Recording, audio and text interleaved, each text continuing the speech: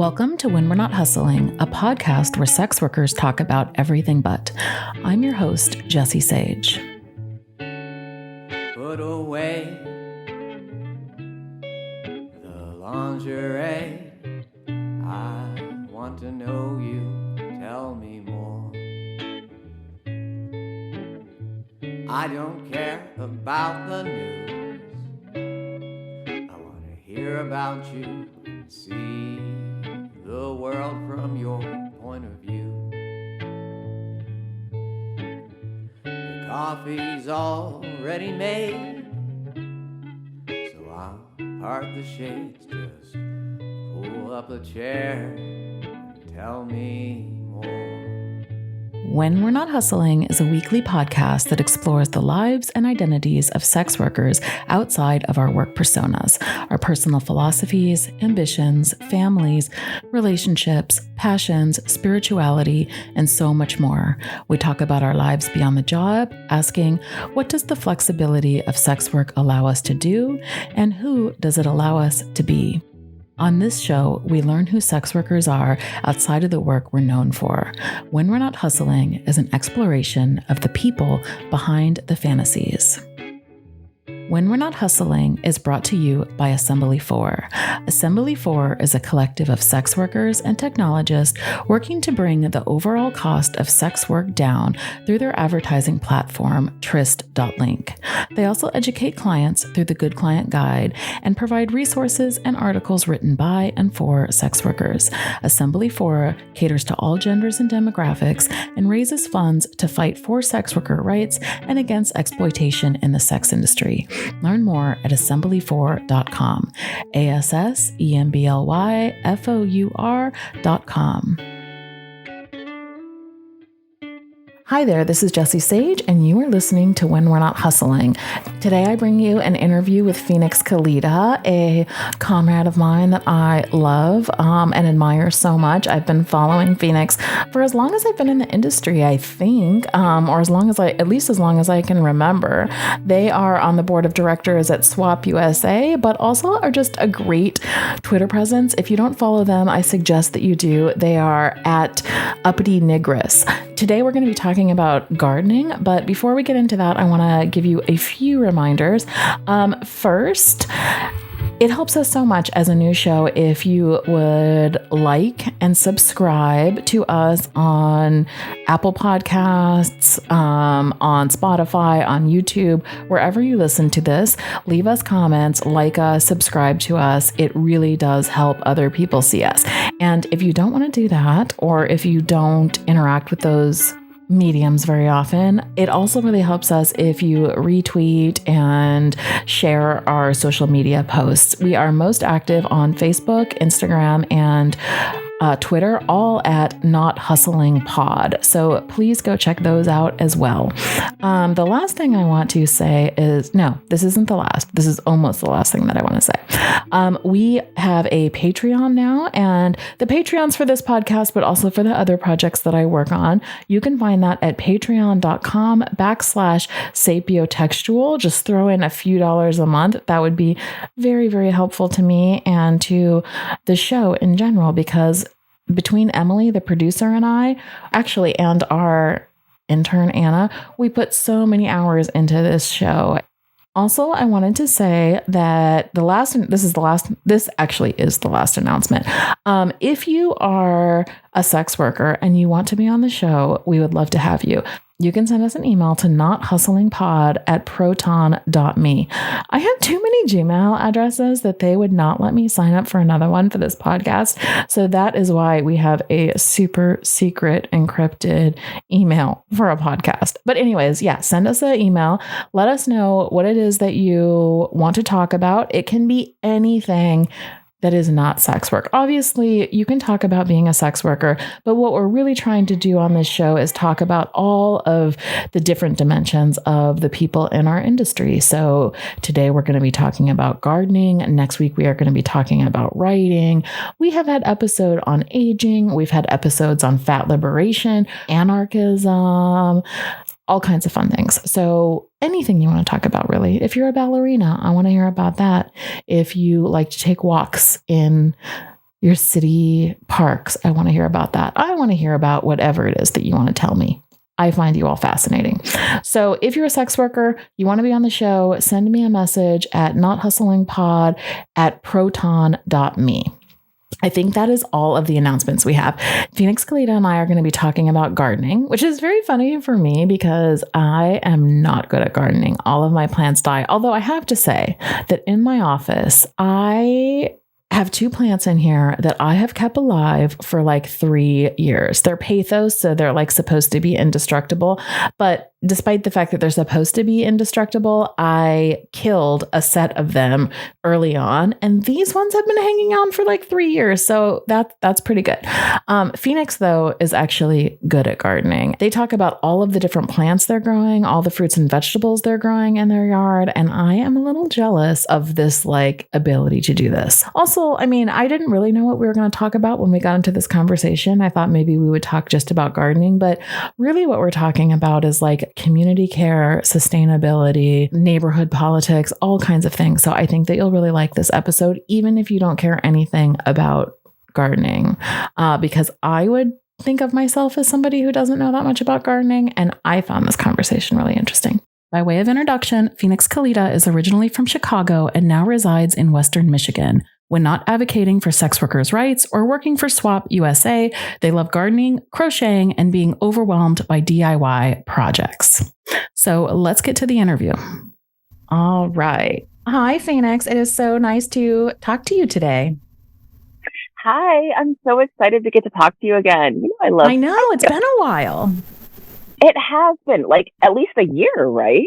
I would think so. I think the last thing that we did together, because we've done a few things together, was that medical panel. Is that true? Yeah. Oh my gosh. I think that had to have been longer ago than that. Definitely.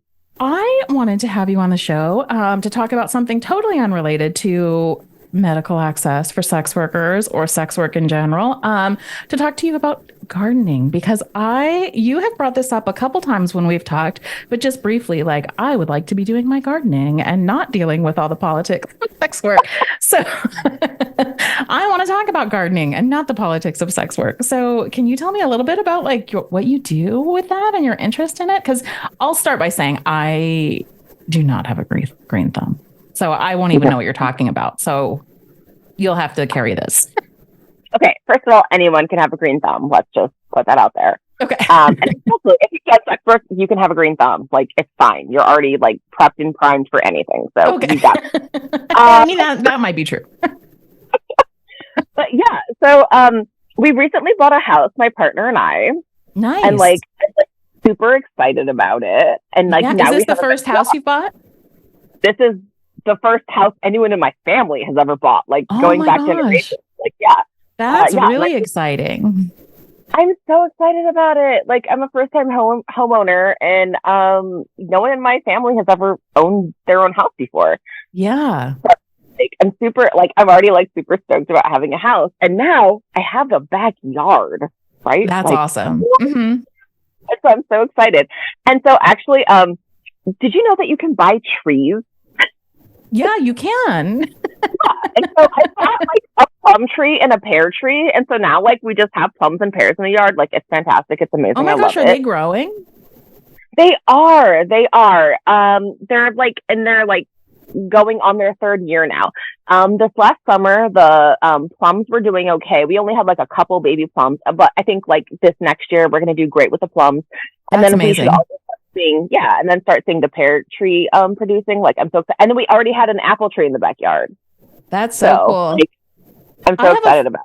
I have a funny story about a plum tree. So when I was a kid, I owned a house before anyone, and like my parents did too. We never owned houses when I was growing up, and my parents were like very transient. We moved around a lot, and we moved into this one rental that had this, when I was, I don't know, 8, 9, something like that. It had a huge plum tree in the yard that was like very established, had tons and tons of plums. And when we moved in, the neighbor was like to my parents, "Oh, it's just about time for the annual plum picking party. And my mom was like, what are you talking about? And I'm like, oh, the people who lived here before, every time around this year had all the neighbors come over. Everybody picked plums and took them home because you guys can't possibly eat all of those. And my mom was like, oh, cool. Okay, let's do it. And had this party. And then after that, the neighbor was like, that was just a joke. I didn't think you were going to bite. Like, nobody had a plum picking party.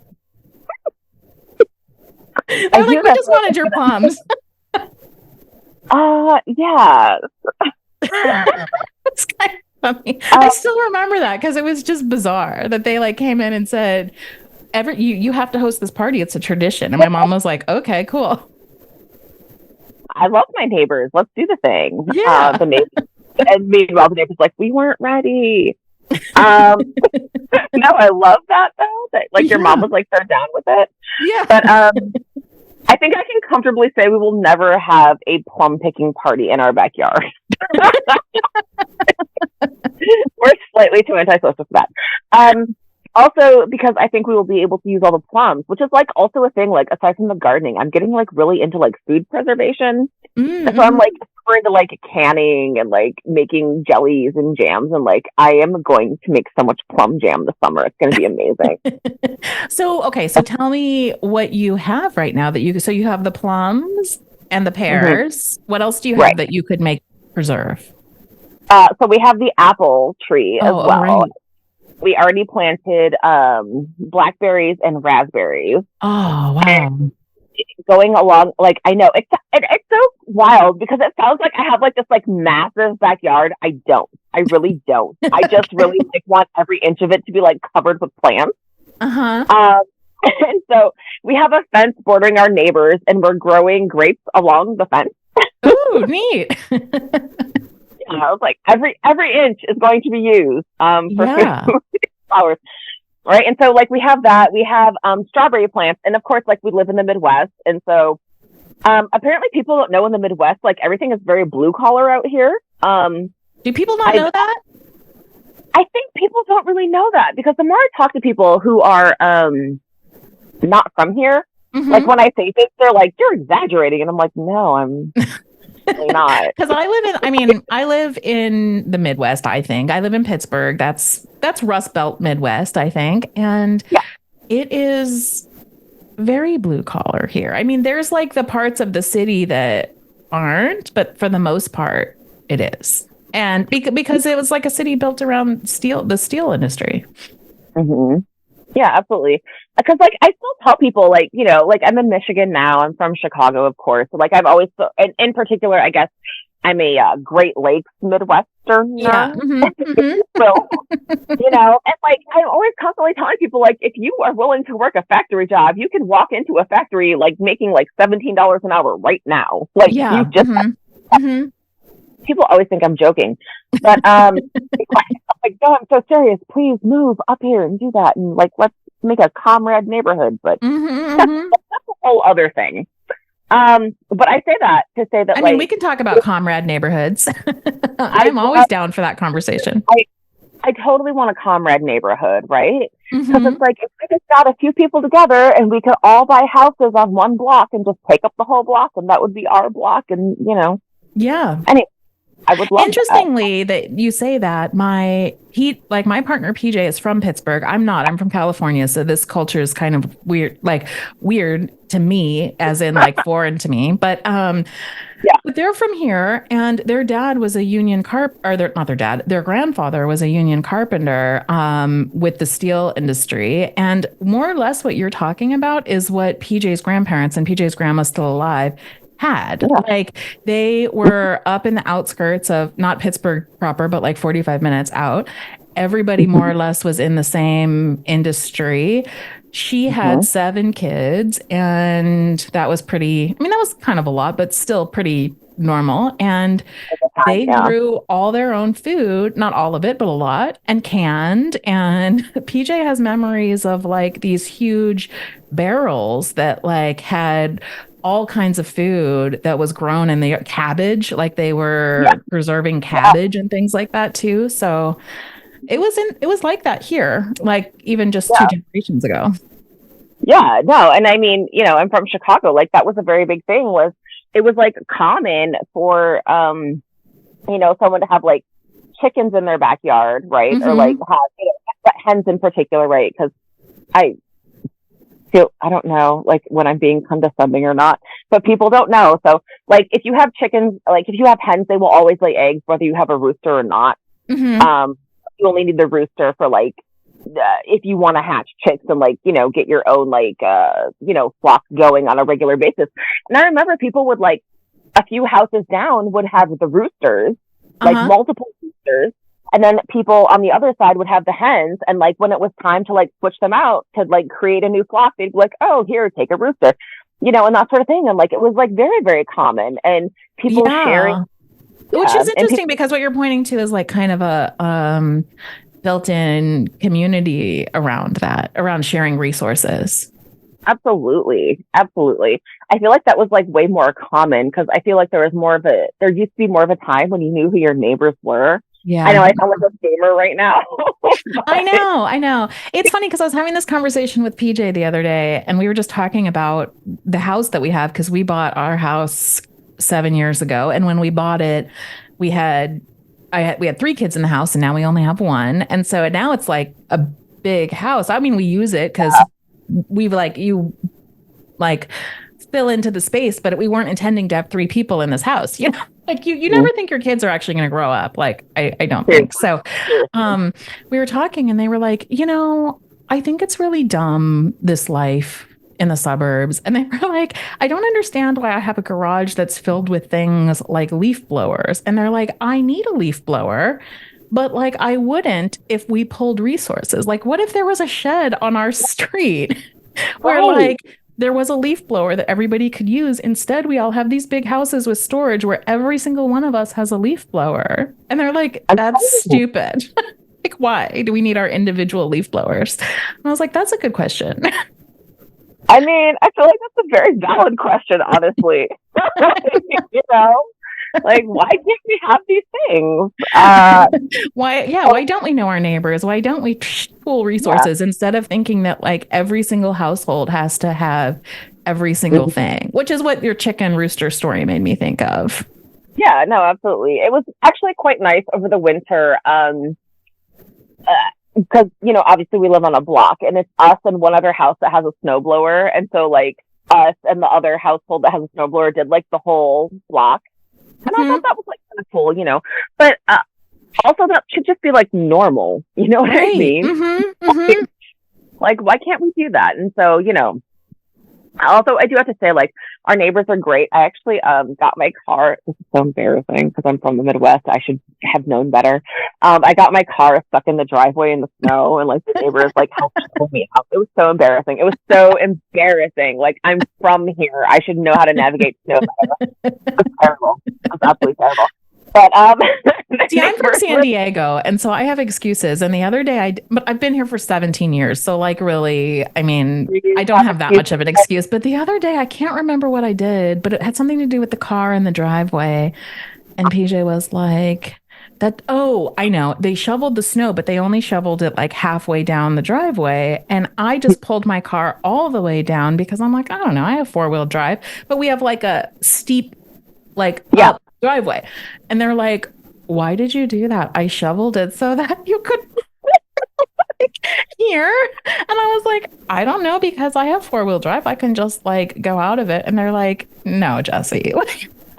Stop it. Calm down. You're being ridiculous. I was like, well, I'm not from here. Nobody's told me that. And they're like, okay. Okay. I've been over 15 years, but fine. You're not from here. Whatever. I'm going to ride that forever. But so it's always, I think it's it's definitely always important to know your neighbors. I was also so you got your car stuck, so what happened? The neighbors actually like saw me, and like 3 different neighbors came and were like, let's just shovel your car out. And I was like, thank you. Oh, that's nice. Like, I was so, it was great, but it was also like very like humbling, if you will, because again, I am from here. I know better. Yeah. But yeah, no, honestly, it's really great. And so like there is like, I can't say that like we're particularly close with any of our neighbors, but like we do have sort of like a mutual respect. And so, It's great. Like last summer, one of our neighbors, they were growing like different types of peppers in their yard, and they would like lean over the fence and be like, "Hey, do you want some peppers?" And we're like, "Hey, do you want some more tomatoes?" Like, let's do it. That's so nice. Yeah. It was lovely. So yeah, and they were great peppers actually. I saved some of the seeds. We'll see if I can get them to go this year. Mm-hmm. But yeah, it was great. And so it's just, it's really yeah, it's nice to have like a little bit of a sense of community. Mm-hmm. And then of course like sorry, I'm like going kind of like off on a tangent here, but like we had a particularly vicious cold snap in January, so not that long ago. Yeah. And I was able to like raise some funds, and so we were like going out for the houseless folks and handing out like food and hand warmers and stuff and things like that. And like it's so funny because apparently they know me, like they call me like either a comrade or comrade hat, because when I would go out I have like a bomber hat. They're like, you look like a Russian. And so I don't know why, it just reminded me of that, but it's like hilarious. So like, gray comrade hat lady, and I was like, yeah, that's so cute though. But did your like interest in gardening like that start when you bought your house, or were you trying to do that in other settings too? It was something that I've always had an interest in, because like I'm like this weirdo, like, DIY, like, person. Mm-hmm. And like, I've always had this like weirdo, like, oh God, cause it's so embarrassing to say, but like, I've kind of always like low key been a prepper. A prepper? Okay. Yeah, I know, but it's like so embarrassing to say, because when people think of preppers, they think of like, I don't know, there's like some TV show that's like about weird preppers. Uh-huh. And like, I'm not gonna lie, a lot of preppers are like weirdo, like white nationalists who are like, right, I'm saving, stuff for the apocalypse and for the race war. But right, ultimately what is just essentially being prepared, right? That's what preparing, right, right, where the term comes from. And so the idea is that you're being prepared for when you have a situation of, or a time of hardship, right?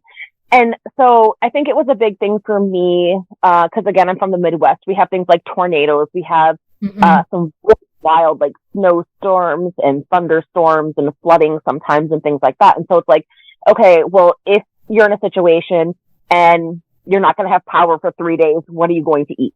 Yeah, right. And like that sort of thing. Or like, you can't immediately get to a hospital because like there's so much snow that you just can't drive.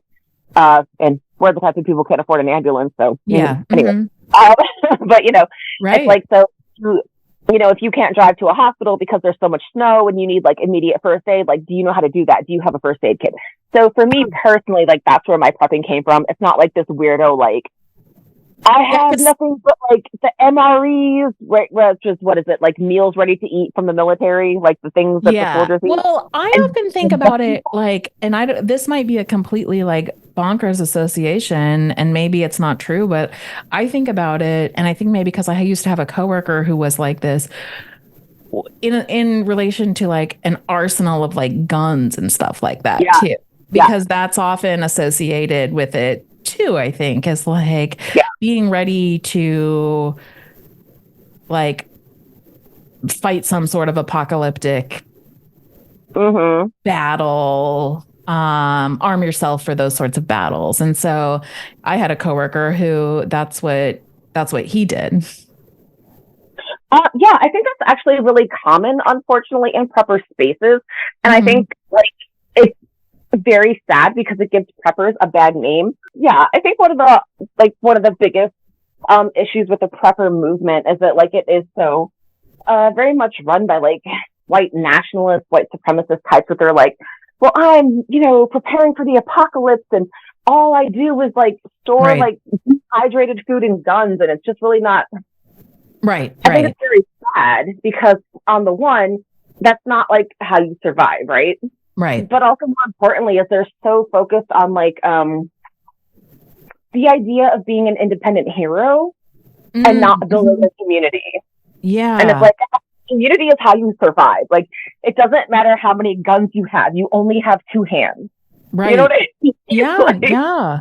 Right. Your community. And A lot of the prepper communities just like very, very opposed to that. They're very much on the, but I'm an individual and I can do everything myself. And it's like, but you can't. You do need something. Right. So, you know, yeah. So, yeah, I got really much into, like, whenever you like hit I don't know, I feel like I didn't learn. I mean, I feel like that should be intuitive, but I feel like I learned that when I hit up against, realize it, especially with like my family, speaking of like kids, when I learned that like I can't by myself do all the things that need to be done or provide all of the resources, and really like and recognizing that like in our culture, we do not have adequate resources for people. So we need to figure out how to like get those ourselves through community. Yeah, absolutely. And I think one of the things that has ironically made me sort of like more of a prepper, if you will, is actually being in prepper spaces, because they're kind of terrifying. Yeah, interesting. Because it's a lot of people saying stuff like, well, okay, first of all, they're like very like obsessed with like conspiracy theories, right? They're well, the government, every 6 months, the government is about to come and put us in FEMA camps, or like whatever the talking point is, you know. Seriously, every 6 months, like someone's about to do something. Like it's the New World Order, it's the Jews, it's always the Jews with these people. Right. You know, and just like wildly like these like weirdo like racist anti-Semitic tropes. But you know, one of their big things is like they're really of the opinion that they don't have to learn how to cultivate as long as they have guns, because they can just take your shit. Yeah. And I think like that's very striking on two levels. Is one is it's very much like a white colonialist mindset that like might make right, but also the fact that like even how they prep, how they interact is not sustaining, right? Because you can steal everything out of my freezer right now. Right. It's still only going to be good for 6 months. Right. What do you do in 6 months? Yeah. You know, they don't really have like a long-term cultivation concept. You know, it's always like, I'm just going to so interesting. Yeah, but it's like, but this is how I'm going to grow my own crops. This is how I'm going to learn to save my own seeds. This is how I'm going to, you know, raise my own livestock. It's very rarely that. It's just like, well, I have a gun, so I can take your shit. Right. And it's like, I mean, you can, but you're going to be dead 3 months after me, because winter's coming. So, okay, you know. Right. And so, like, I don't really, so I think it's very fascinating on that end. They don't really think of things in terms of sustainability. And, you know, I see that a lot in terms of, especially like the types of crops they want to produce, the type of livestock they want to produce, right? So, like, it's very similar to like the homesteading community as well, you know, but like how they perceive it, like, you know, because there's always that sort of like concept that you can get to the same conclusion as someone else, but the way you came to that conclusion is drastically different. And so that means ultimately at the end, your results are going to be different. If that makes sense. Yeah. Can you talk a little bit about what the homestead like community or movement like is? Sure. So homesteading is essentially like at this point, small scale, like, farmers who produce, you know, their own food. They produce their own livestock, right? These are people like, sometimes you'll see, ironically, I was just tweeting about it. Someone was saying like they bought a half of a cow, and people are like, how can you buy a half of a cow? And it's like, well, if you know someone who has a homestead, like, and has a small scale, you know, like beef farm, right? You can basically put money on a calf when it's born, and when it's old enough to butcher, then you get half of, you know, the meat that's produced, right? And so apparently people didn't know that was a thing, but so that's the thing, you can do that. Right. People do that with deer and stuff too, I think. Yeah, absolutely. Like a lot of animals. Yeah. And I think people just didn't realize like that was an option, because for a lot of people, like they think the only place that they can get food is like to go to a grocery store. Right. So, of course, that's obviously the most common, but you know, there's people who definitely, you know, make it a point to like grow their own fruits and vegetables, who raise their own livestock. And, you know, I fully support that on a, you know, a small scale agricultural level.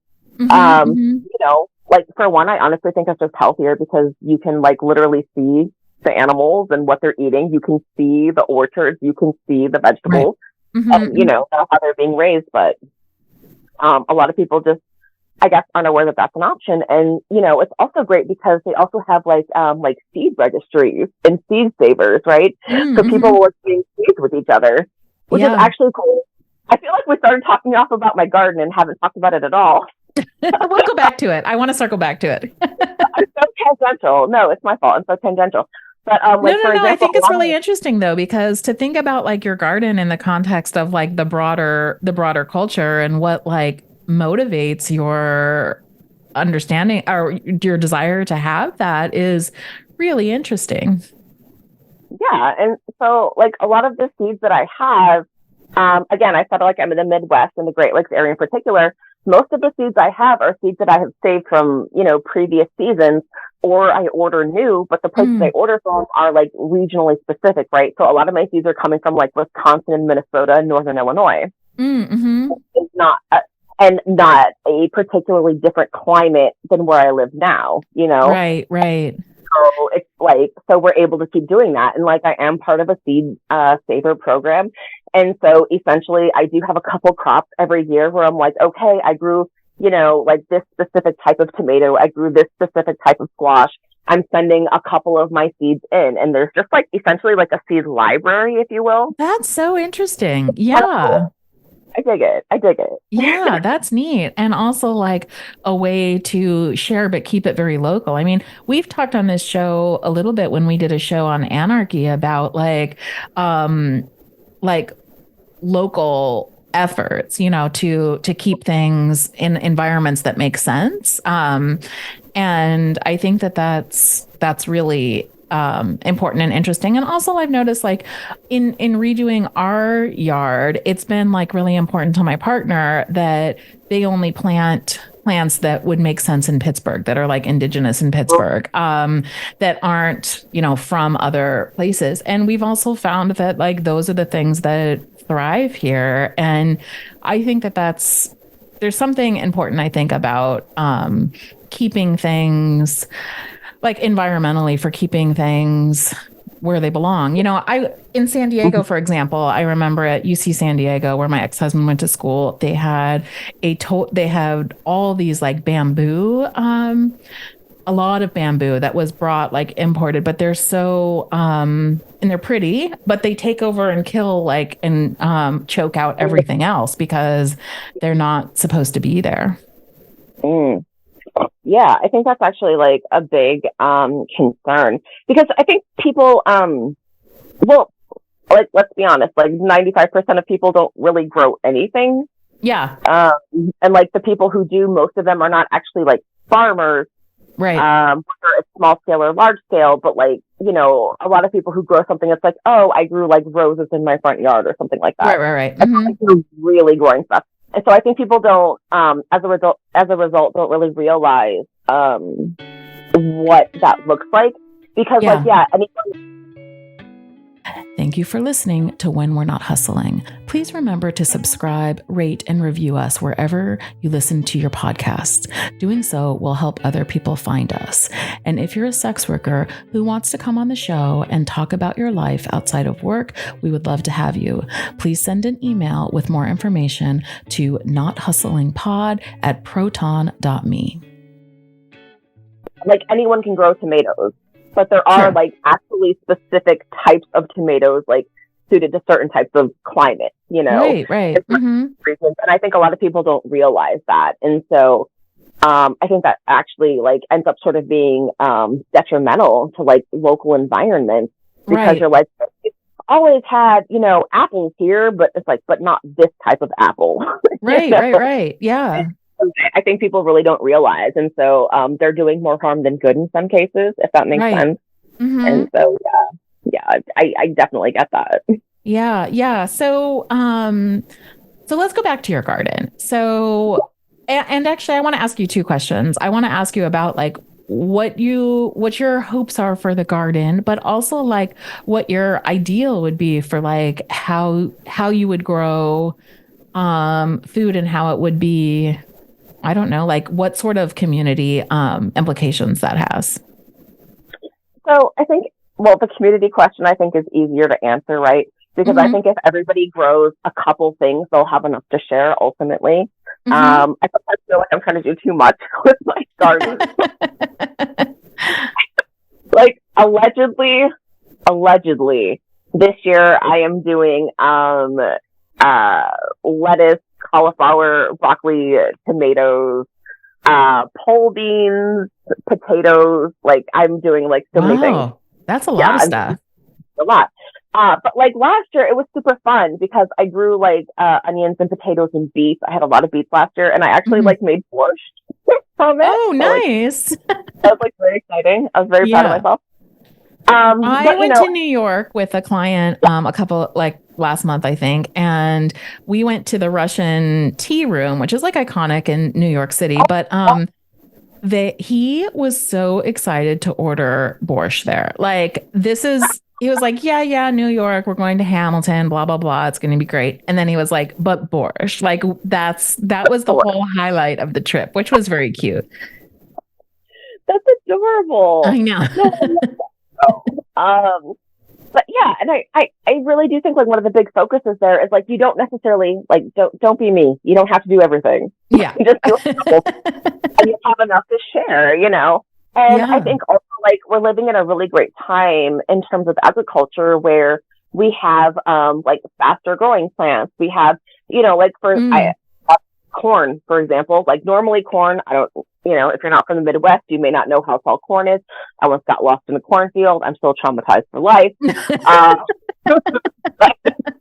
now we have like dwarf sized corn that only gets like 5 feet tall, 6 feet tall. Yeah. That's so much more manageable.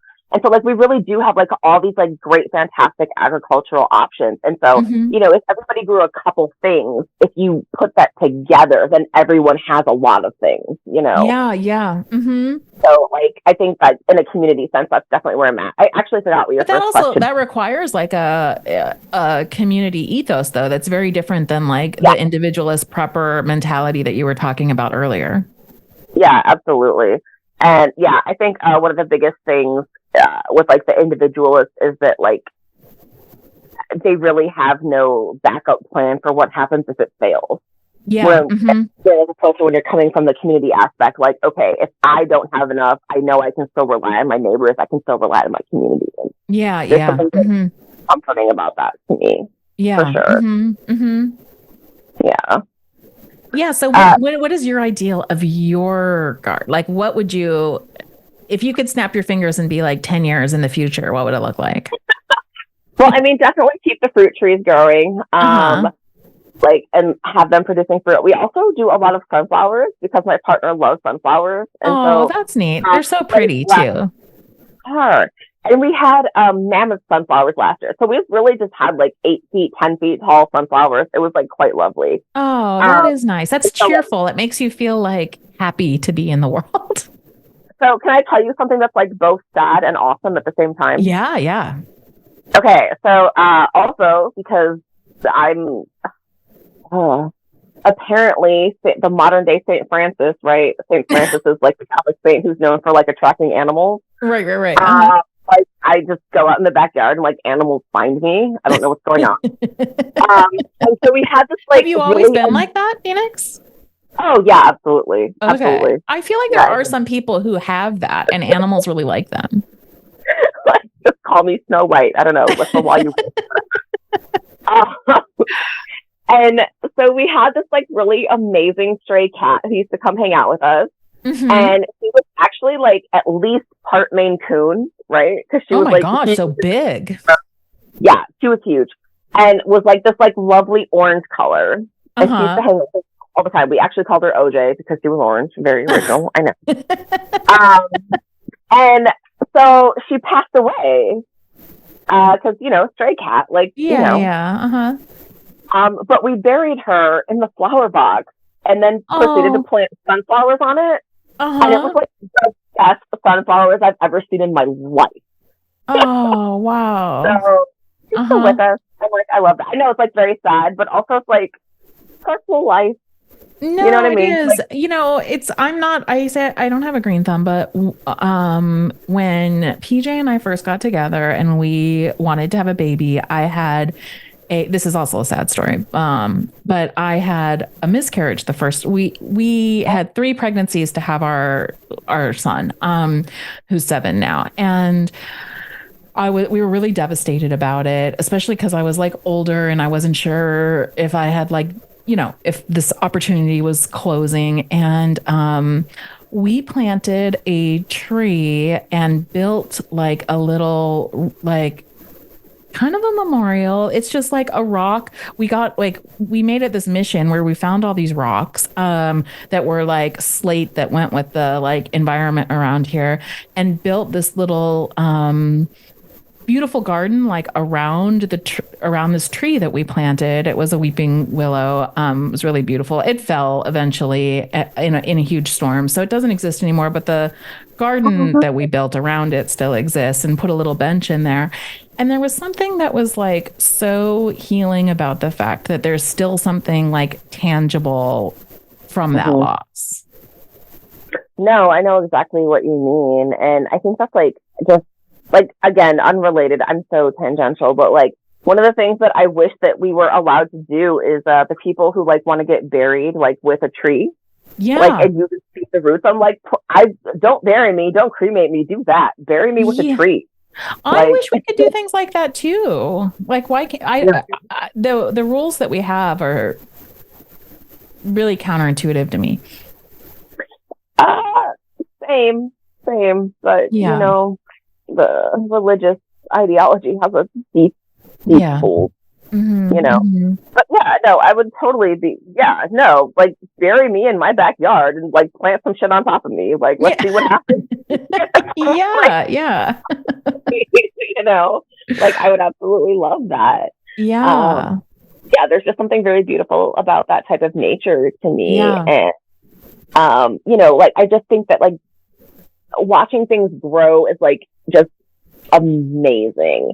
I have to say, like, I find that like gardening is very calming for me. Not just because it's like being outside in the dirt, but it's like watching something grow and cultivating it. And so, you know, like I told you, we had all these sunflowers, and then like we would just, you know, like come home and there would just be like, when it would rain, like bees, like, I don't know if you know this, but bees like sleep in sunflower seeds, like in the sunflowers. They do? I did not know that. Yeah, they do. Like when it's raining and stuff, they'll like hide in there, like in like that's why we like on like days when it was storming, there would just be like bees like curled up in the sunflowers. Oh, that's so cute.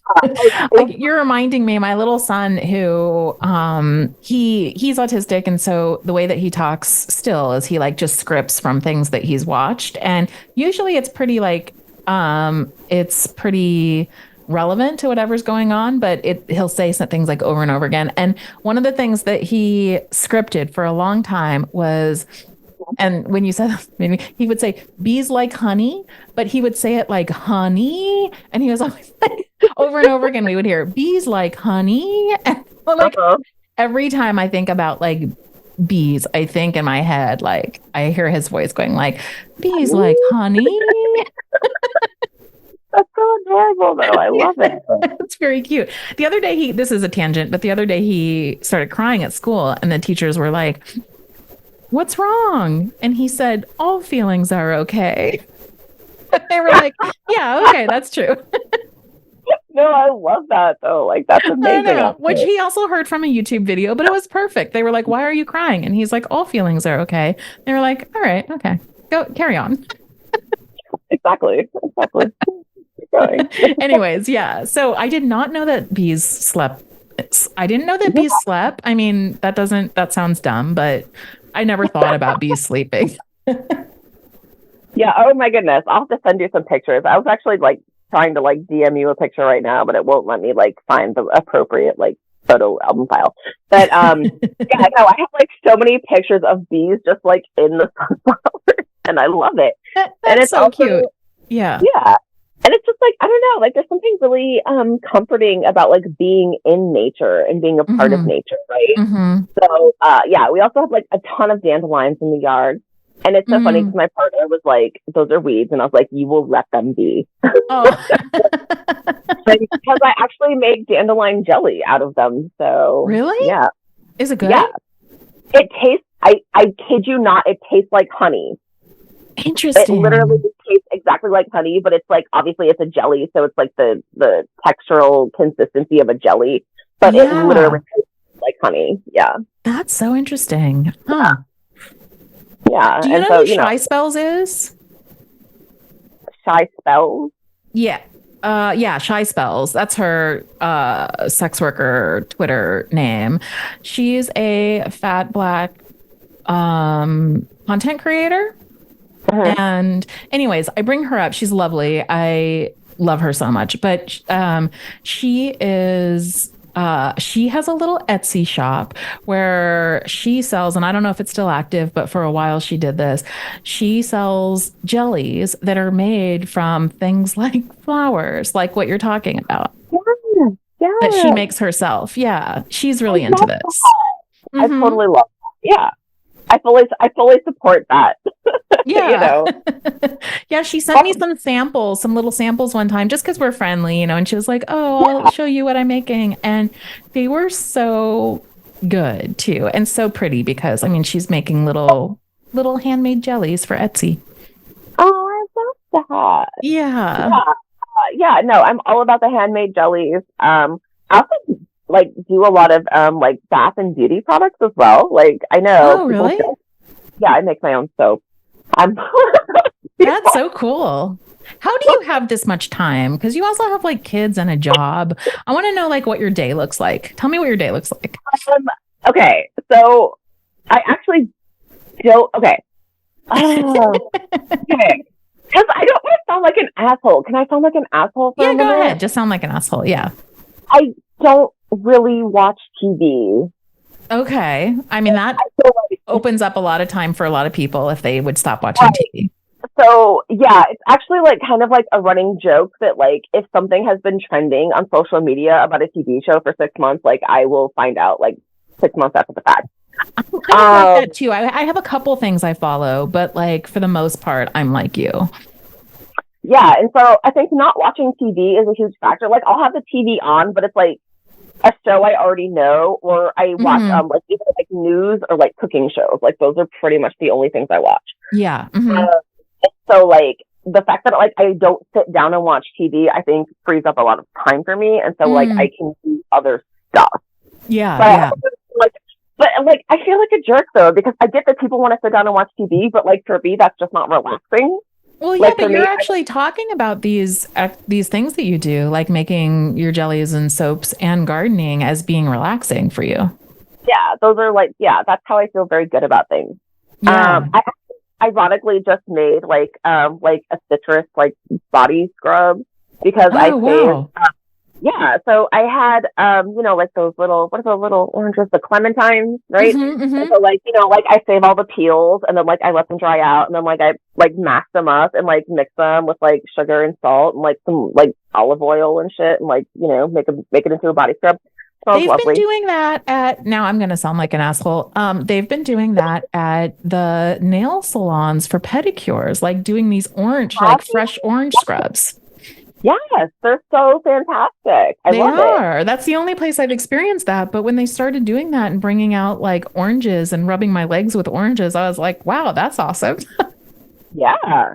No, it's fantastic. Yeah, just some oil and some sugar and some salt and some, orange peels and lemon peels and, together. But those sort of things. I think that's also a big part of it is people inherently assume that because they haven't done these things that it has to be overly complicated. And, right. I'll be the first to admit that I am prone to overcomplications, but that's just me. That's just me. But it's honestly not hard to buy a couple lemons or a couple oranges, use the fruit in a recipe, right? Yeah, right. And then keep the skins and grind them up after they dry out and make it into a body scrub. That's not hard at all. You know what I mean? Right. Yeah. And so I think people have sort of a misconception about how difficult some of this stuff is.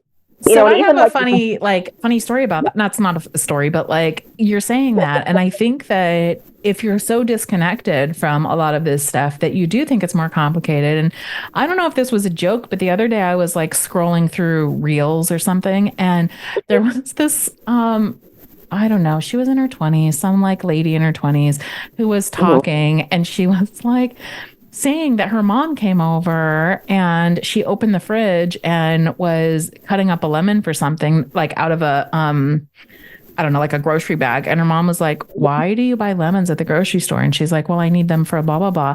And then her mom was like, you have a lemon tree in your yard. And she's like, yeah, okay, whatever. And anyways, they go back and forth about this. And then she's like, I didn't know. Like, well, do you have to do something to them before you can use them? And her mom was like, no, you don't do anything to them. They are lemons. This is how they come. And like she had access to them, but she thought there was some sort of processing she needed to do of it that she didn't know how to do. So she just bought them at the store instead. No, I mean, like so many people really do have thoughts and opinions like this. Like that's not an anomaly, like at all. Yeah, honestly. And that's why actually earlier when I was talking about like the prepping, when I was talking about like chickens and stuff, and I was like, I don't want to be condescending, but you don't need a rooster, because there's literally people who think that like if you don't have a rooster, your hen won't lay eggs. It will. It just won't be fertilized. It can't hatch into chicks. But you know, people again are so like disconnected from things that they don't actually know that. Right. Right. So can you give us like a quick recipe for like a scrub or something that would be easy for people to do? Oh, yeah. So don't use it on your face because it's like too abrasive for a face.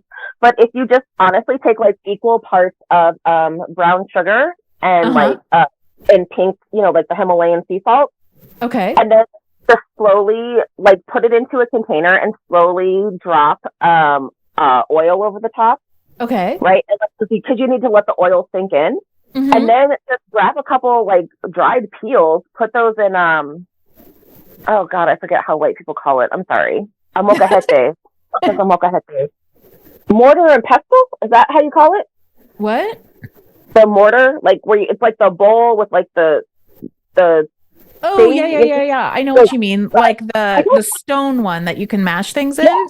Yeah. I do not know why, for the life of me, I can never remember what it's called in English. It's in Spanish. It's called do you speak Spanish fluently? Yeah.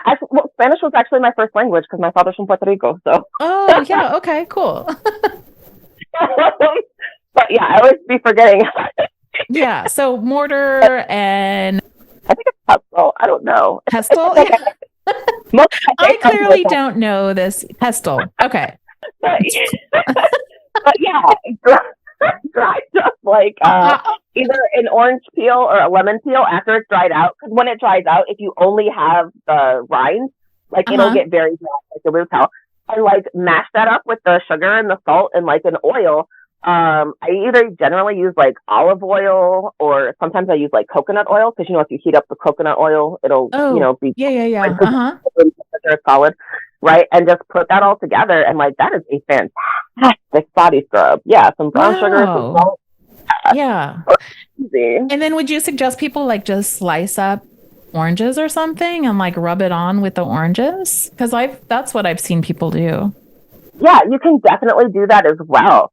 And also like something else I like to do with like the actual like fruit part of like an orange is to actually mash it up with a little bit of like yogurt and use it as like a facial. Oh wow, that's neat too. Like just plain yogurt. Yep, just plain yogurt. Interesting. Yeah. Like I said, I love the idea of all of this. I haven't yet, like PJ's more into it than PJ will do more stuff than I like gardening things than I will. I'll kind of help and then I'll go and I'll weed and stuff. But like they have more of a green thumb because their mom did a lot of stuff when they were growing up and they would go out. And that's like how they would spend time with their mom. They'd go out and like help with the garden. So like she does a lot of that. And so, but I didn't grow up like that. So it's so interesting to me because I'm listening to you and I'm like, oh, this is something that like I have the space to do. I could do this kind of stuff. Absolutely. Yeah, one of the things I really want to focus on, and if it works, I will send you a jar, is making pickles, right? Because that's just cucumbers and Oh, pickles. and I love pickles. Yeah. So, you may or may not be getting like a bar of soap and a jar of pickles from me this summer. Oh, well, I would welcome that. I would love it. So I like to end, we have to wrap up, but I like to end the show with 3 questions. So what are you reading right now? I am actually reading the Farmer's Almanac. I don't think that's what you meant when you asked me. No, it is. Yeah. I want to know what you're reading. And I love that answer. It's so appropriate. I am reading Farmer's Almanac. I am also, however, rereading How We Get Free. What's that? Who wrote that? How We Get Free is actually a Black feminist book. Hold on, because I just want to make sure I get the name right now. So I'm like rapidly Googling because I don't want to say their name wrong. Because that would be really embarrassing. But yeah, it's actually based on the Combahee River Collective. Okay. See, I was going to get the name wrong if I would have said it, because I wanted to say Kiana. It's Kianga Yamada Taylor. So it's Black Combahee River Collective. So yeah, rereading. That's one of my favorites. Nice. And what are you listening to? I am listening to nothing. That's nice. Sorry. Yeah, I'm not really into like any. Yeah, I don't listen. What's weird because I have a podcast, but I don't listen to podcasts. I don't think that's weird. I kind of have the same experience. I've listened to your show because I think you and your partner have a fun dynamic, and I like listening to that. And I have listened to some shows, but it's hard when you're producing something to consume it at the same time. It is, yeah. And yeah, I'm not like really on the lookout for any new artists at the moment. Like if you have recommendations, like send them to me. But yeah, I haven't been sure that anybody. So, and what are you excited about? I am excited about this garden. This shit about to be fucking popping. You need to send pictures. When we put the episode out, I want pictures of this garden. I will, yeah. And so actually, if I could just give a shout out to Annie's, that's the place where I've been getting my seeds from lately. They're in Wisconsin. Annie's, like ANNIE? Yeah, Annie's Heirloom Seeds. And awesome. So yeah, that's where I'm getting a bunch of my seeds. I have my order in. Like, I'm really excited for it to show up and I can start planting. So will Annie's, when they send you the seeds, do they give you like instructions on like how the best way to where to put them and the best way to do it? They do offer that. They also have all that like on their website already. So cool. Yeah. So if you live in like a sort of Midwest type climate that has, like a spring and a summer and like that sort of thing, they're definitely one of the go-tos. There's also a few other places if you want. Like I can shoot you like names of other places. Yeah, that would be great. We can put those in the show notes. Heck yeah. Soulfire Farms is great for sure. But yeah, there's like so many places, and so I support it. I love it. Yeah, and I guess. Yeah, and so I guess that's like something also to say is like I know you can buy seeds in like a store and whatnot, and like that's awesome. But generally, like if you're buying seeds, you should try to buy something that's like comes from the climate that you're in. If that makes sense. So so like I get a lot of seeds from like Wisconsin and Minnesota and things like that because of course I'm like Great Lakes Midwest. But like if I was in the South, I would try to buy seeds from somewhere in the South. It's just the seeds are more acclimated and actually. Ironically, after better than people, because after a couple generations, the seeds will, be better suited to the environment. So you always want to try to, if you can, pick seeds from, Yeah, that makes a lot of sense. And where can people find you? You can find me talking shit on Twitter. You're one of my favorites, honestly. I love reading your feed. Really? Because I've been getting dragged for like the last 3 days nonstop. Thank you. Oh, I didn't even see that. Oh God, it's terrible. It's terrible. It's fine now. You do sometimes because you like dip into controversies. I do. I can't help myself. But no, you can find me on Twitter. It's at uppity negress 2 T's. You can also find me. I have a Blue Sky at Phoenix Calida. I have, well, my partner has a Facebook page, Mr. Williams Neighborhood. Like, I kind of moderate it sometimes. Mr. Williams Neighborhood? That's cute. Yeah, Mr. Williams Neighborhood. Yeah. Oh, nice. So, yeah, other than that, you can find me doing work with swaps, and we have some exciting stuff with swaps coming up. And so, fingers crossed with all that. Yeah, nice. Okay, well, it was very fun to talk to you as always. As always, thank you so much. Thank you for joining us for another episode of When We're Not Hustling. I'm your host, Jessie Sage. You can find me on Twitter at sapiotextual or visit my website at jessiesage.com. The show was produced by Emily Foster. The music is by Benjamin J. Benamati. Our intern is Anna Fisher. You can follow us on socials on Instagram and Twitter at Not Hustling Pod. Signing off. Have a great week.